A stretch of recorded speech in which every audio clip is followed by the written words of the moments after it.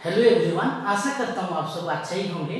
आज हम पढ़ने वाले हैं class 10th history chapter number 3 that is nationalism in India और ये पार्ट 4 है। इससे पहले हम 3 वीडियो बना चुके हैं और हिस्ट्री को हम एक स्टोरी के माध्यम से पढ़ रहे हैं। साथ ही साथ में हर चैप्टर में हम लोग आपका पैराग्राफ वाइज क्वेश्चन को भी डिस्कस करते हुए जा रहे हैं। आज हम लोग पढ़ने वाले हैं वही नॉन कॉर्पोरेशन मूवमेंट का मूवमेंट्स इन टाउन और मूवमेंट्स इन आपका कंट्री साइड, यानी कि टाउन और विलेज में कुछ पढ़ेंगे और कुछ बच जाएगा तो कल हम पढ़ेंगे। आते हैं non corporation movements in town में।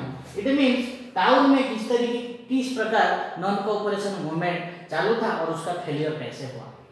थाउजेंड्स ऑफ स्टूडेंट टाउन में अगर देखा जाए मिडिल क्लासेस से लेकर सभी लोग उसमें योगदान दिए थे। जैसे कि thousand of student left government control schools and colleges. जो स्टूडेंट सब पढ़ाई करते थे, आप स्टडी करने जाते थे, स्कूल हो कॉलेज हो, वो लेफ्ट आउट हो गए, छोड़ दिए सब, हम नहीं पढ़ेंगे लेकिन हमें आज़ादी चाहिए। हेडमास्टर्स, टीचर्स जितने सब थे वो अपने स्कूल कॉलेजेस वो सबसे रिजाइन कर दिए। सिर्फ स्टूडेंट नहीं, टीचर भी रिजाइन कर दिए, यानी कि टीचर और स्टूडेंट दोनों ही स्कूल नहीं जाएंगे। आप लोग सोचिए आप लोगों को कितना मजा आता होगा, लेकिन नहीं, ये पैथेटिक बात है। हमारा देश के लिए वो गलत कर रहे थे तो उनके अगेंस्ट में कितना कुर्बानी दे रहे थे उसको भी देखना पड़ेगा। सिर्फ उतना नहीं, जो लॉयर्स भी थे यानी कि वकील बोल सकते हैं, वो वकील जो है वो भी अपना लीगल प्रैक्टिस छोड़ दिए, क्योंकि वो कोर्ट के जो काम करने जाते थे उधर तो ब्रिटिशर्स के आदमी थे, तो उस तरह काम नहीं करना चाहते। सिर्फ हमें देश का आज़ादी चाहिए। The council election we are boycotted in most province. देखिए हर जगह में जो इलेक्शन भी काउंसिल ऑफ इलेक्शन होता था उसमें भी सब बॉयकॉट कर दिए, यानी कि छोड़ दिए। लेकिन कुछ एक जगह था जैसे कि मद्रास, आजकल हम उसको चेन्नई के नाम पे जानते हैं। मद्रास का एक पार्टी था जिसका नाम है जस्टिस पार्टी ऑफ मद्रास। ये जस्टिस पार्टी ऑफ मद्रास जो है वो क्या किया ना, बॉयकॉट नहीं किया। कौन सा इलेक्शन बॉयकॉट नहीं किया। उन लोग एक्चुअली नॉन ब्राह्मण्स थे। उन लोग बोले अभी ब्राह्मण्स लोग उस कोई पार्टी में नहीं है, इस पार्टी में तो हमें मौका है कहाँ पावर में आने का। हम तो सपोर्ट करते हैं महात्मा गांधी जी का नॉन कॉर्पोरेशन मूवमेंट को हम सपोर्ट करते हैं, लेकिन हमें इलेक्शन से अलग नहीं होना है, हम इलेक्शन लड़ेंगे।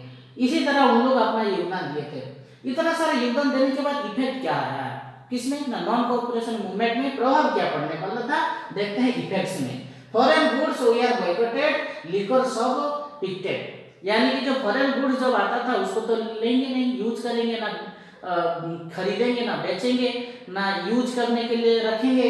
और दूसरे बात जो लीकर सब था यानी कि जो दारू भट्टी वगैरह था उसको सब बंद कर दिया गया, सभी लोग लॉकडाउन कर दिए जैसे अभी है। Imports of foreign clothes half between 1921 and 22, जो फॉरेन क्लॉथेस सब आता था हमारे देश में वो सब क्या होने लगा, 1921 और 22 के बीच में फॉरेन क्लॉथेस इतना मात्रा में डिमांड घट गया, हाफ हो गया लगभग 1 ही साल के अंदर। In many places merchants and traders refuse to foreign trade. जो अलग अलग जगह में, बहुत सारे जगह में जो मर्चेंट लोग जो है फॉरेन ट्रेड को लेना ही बंद कर दिए। It resulted production of Indian textile mills and had long wait up. इसके चलते क्या हुआ, जो हमारा डिमांड था फॉरेन क्लॉथेस का वो तो आया नहीं, अगर भी आता था लोग यूज ही नहीं करते थे, मर्चेंट लोग उसको बिजनेस ही नहीं किए, तो क्या हो गया ना, जो हैंडलूम चीज जो हमारे बनाया जाता था घर में, यानी कि देसी जो कपड़ा बनाया जाता था उसका डिमांड बढ़ने लगा, छोटा छोटा इंडस्ट्री हमारे देश में बढ़ने लगा। ये तो था प्रभाव क्या हुआ नॉन कॉर्पोरेशन मूवमेंट में टाउन के बाद। लेकिन कॉजेस उधर धीरे धीरे ऐसा समय आया जो टाउन में क्या होने लगा, डाउनफॉल होने लगा, इसका लिमिटेशन बनने लगा। किसका लिमिटेशन बनने लगा ना, नॉन कॉर्पोरेशन मूवमेंट कहाँ, टाउन में जो है उसका धीरे धीरे कमजोर होता गया। ऐसा क्यों, उसका कारण देखते हैं। Khadi cloth was often more expensive than the mass production in clothes. आप लोग सोचिए एक जन हाथ में बनाएगा तो एक दिन में मान लो एक कपड़ा बनाएगा तो उसका कॉस्ट ऑफ प्रोडक्शन ज्यादा होगा, कॉस्ट ऑफ प्रोडक्शन ज्यादा होगा, इट मींस वो क्या करेगा, ज्यादा पैसा में ही बेच सकता है, नहीं तो उसका लॉस होगा, कोई लॉस में थोड़ी बेचेगा। लेकिन जिसके पास मशीन है एक दिन में वो सब बना पा रहा है कपड़ा, इट मींस क्या है, उसका कॉस्ट ऑफ प्रोडक्शन कम है, उसका आराम से वो कम पैसा में बेच सकता है। लेकिन जब हाथ में बनाया हुआ चीज कम पैसा में तो लोग बेचे नहीं, ज्यादा पैसा लगा, जिसके चलते जो गरीब थे उनको खरीदने के लिए उनके पास पैसा ही नहीं बचा। इतना सारा एक्सपेंसिव देकर वो खरीदेंगे कहाँ से, खाने के लिए नहीं पा रहे तो वो कहाँ होंगे, जिसके चलते उन लोग दोबारा वही कॉटन मिल्स यानी कि जो फॉरेन क्लॉथ्स के तरफ भागे। दूसरा बात करें shortage of successful alternative Indian institution, हमारे जो स्टूडेंट के लिए जो सब था इंस्टीट्यूशन सब फॉरेनर्स के माध्यम से बनाए गए थे, जो बॉयकॉट कर दिया गया उसके चलते लोगों के पास क्या नहीं है, इंडियन अच्छा स्कूल नहीं मिला, सक्सेसफुल नहीं था, तो जिसके चलते जो टीचर थे स्टूडेंट थे सभी लोग फिर दोबारा उसी के तरफ चलने लगे। यानी कि मोस्ट इंपोर्टेंट क्वेश्चन में से एक है why the non cooperation movement was slowed down in city, ये आ सकता है क्वेश्चन, तो याद रखिएगा इसको। और उसी के चलते लॉयर लोग भी देखे हम भी बिजनेस हमारा कुछ नहीं हो रहा है तो उन लोग भी वापस चलने लगे, यानी कि कुल मिला के नॉन कोऑपरेशन मूवमेंट सिटी में फेलियर होने लगा। उसके बाद हम पढ़ेंगे rebellion in the country side. सबसे पहले हम लोग याद रखना है कंट्री साइड का मतलब क्या है। कंट्री साइड बोले तो गांव विलेज हम लोग बोल सकते हैं। एक्चुअली उसका टू डायमेंशन टू वे में हम लोग पढ़ेंगे, एक तो आपका लीजेंड ऑफ के बारे में पढ़ेंगे और दूसरा हो गया ट्राइबल के बारे में पढ़ेंगे। आज हमारे सिर्फ हम लोग ट्राइबल लोगों किस तरह प्रॉब्लम फेस करते थे कंट्री साइड में नॉन कोऑपरेशन मूवमेंट में, या उन लोग का योगदान उसी के पढ़ेंगे कौन सा पीजेंट्स लोग को, और कल हम ट्राइबल पढ़ने वाले हैं। देखते हैं नंबर 1 इन अवध जो जगह है उसमें peasants we are led by Baba Ramchandra. आप लोग बता दूं पीजेंट्स लोग भी आगे आने लगे, जो मजदूर लोग आगे आने लगे और उन लोग का लीडिंग कौन लेता था, बाबा रामचंद्र। आप लोग को बता दूं बाबा रामचंद्र जो है ये एक सन्यासी है, यानी कि बाबा बोल सकते हो, मॉन्क बोल सकते हो, सन्यासी है। Who earlier been in Fiji as a indentured labour, यानी कि उनको इंडेंजर्ड लेबर ला के जैसे कि आप लोग दास प्रथा सुने होंगे उसी तरह उन लोगों को बेच दिया जाता था, फ्री ऑफ कॉस्ट में काम करते थे, एक देश से दूसरे देश को ले जाया जाता था, बहुत खतरे में उन लोग काम करते थे। तो फिजी में वो काम करते थे कौन, बाबा रामचंद्र।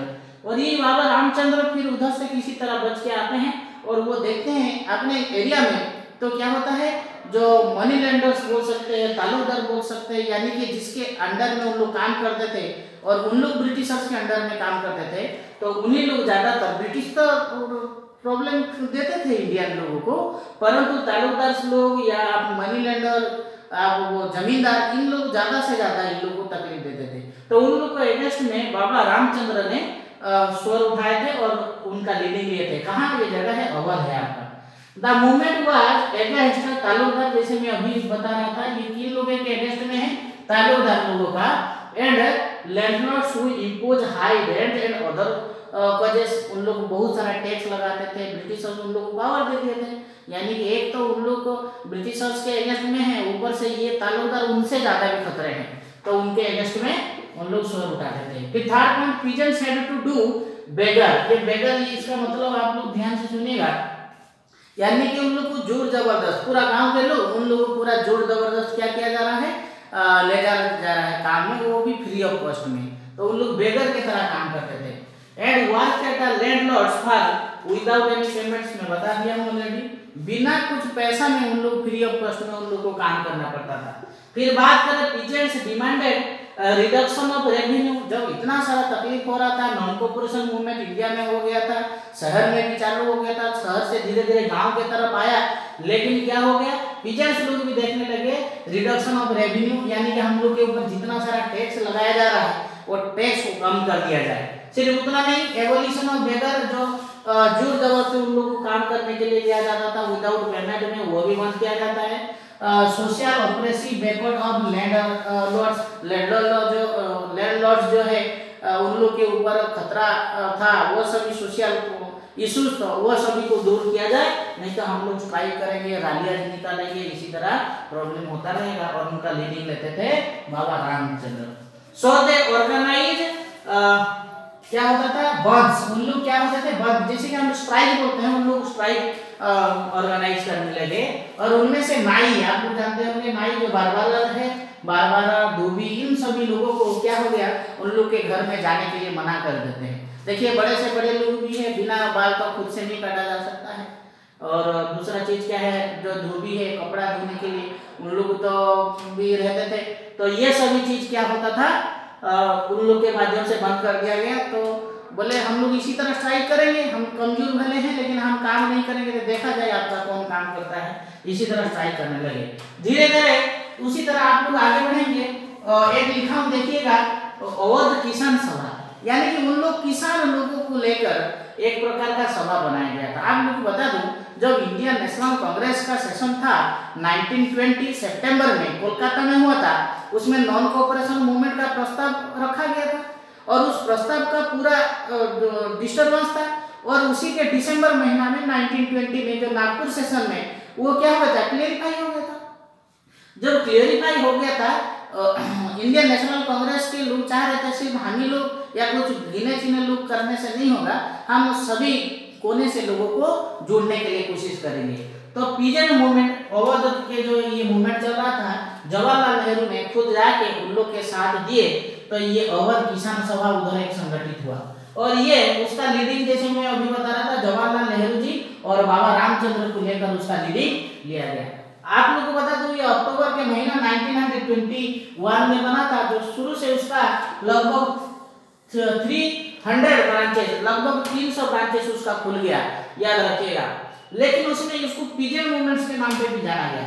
पीजेन मूवमेंट्स क्या है ना, आप लोगों को बता दूं, अवध किसान सभा के लोगों ने क्या किए ना, वो तो जानते हैं नॉन कोऑपरेशन मूवमेंट शुरू हुआ है, गांधी जी हमें सपोर्ट करते हैं, लेकिन गांधी जी का एक उद्देश्य तक क्या था, जब पीस नॉन वायलेंस के माध्यम से हम लोग क्या कर सकते हैं, स्ट्राइक करेंगे।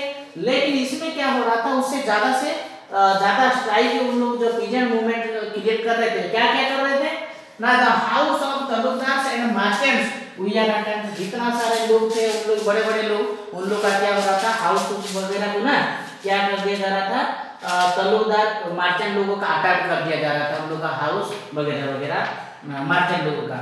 बाजार से लूटेड, आप लोग बोल सकते हैं, यानी जो बाजार वगैरह है उसको लूट लेते थे कौन ना, ये पीजेन मूवमेंट्स के लोगों की। उसके बाद ग्रेन, जो बड़े बड़े जो ग्रेन्स आप लोगों से धान हो गेहूं हो वो सब इकट्ठा करके रखा जाता था, उसको भी लूट लेते थे, जला देते थे, ऐसे होता था। लेकिन इंडियन नेशनल कांग्रेस क्या है अनहैप्पी, उसके चलते इंडियन नेशनल कांग्रेस जो उसके चलते ठोस नहीं था। क्यों नहीं था ना, इंडियन नेशनल कांग्रेस का एक ही उद्देश्य था कि हम लोग नॉन कोऑपरेशन और नॉन वायलेंस और पीस के माध्यम से हम लोग का नॉन कोऑपरेशन मूवमेंट सक्सेस हो। लेकिन इन लोग ऊपर से उल्टा कर रहे थे। तो क्वेश्चन आता है why Indian National Congress we are unhappy और अवध किसान सभा पीजेन मूवमेंट्स, ये ऐसे क्वेश्चन आ सकता है। इसका और एक पार्ट रह गया जैसे rebellion on the country side का, जो ट्राइबल लोगों के ऊपर क्या प्रभाव आया और उन लोग किस तरह योगदान दिए, उसको पढ़ेंगे और उसके बाद हम लोग को प्लांटेशन के तरफ जाएंगे। थैंक यू सो मच, जय हिंद। देखते रहिए लेसन डाइजेस्ट। Thank you.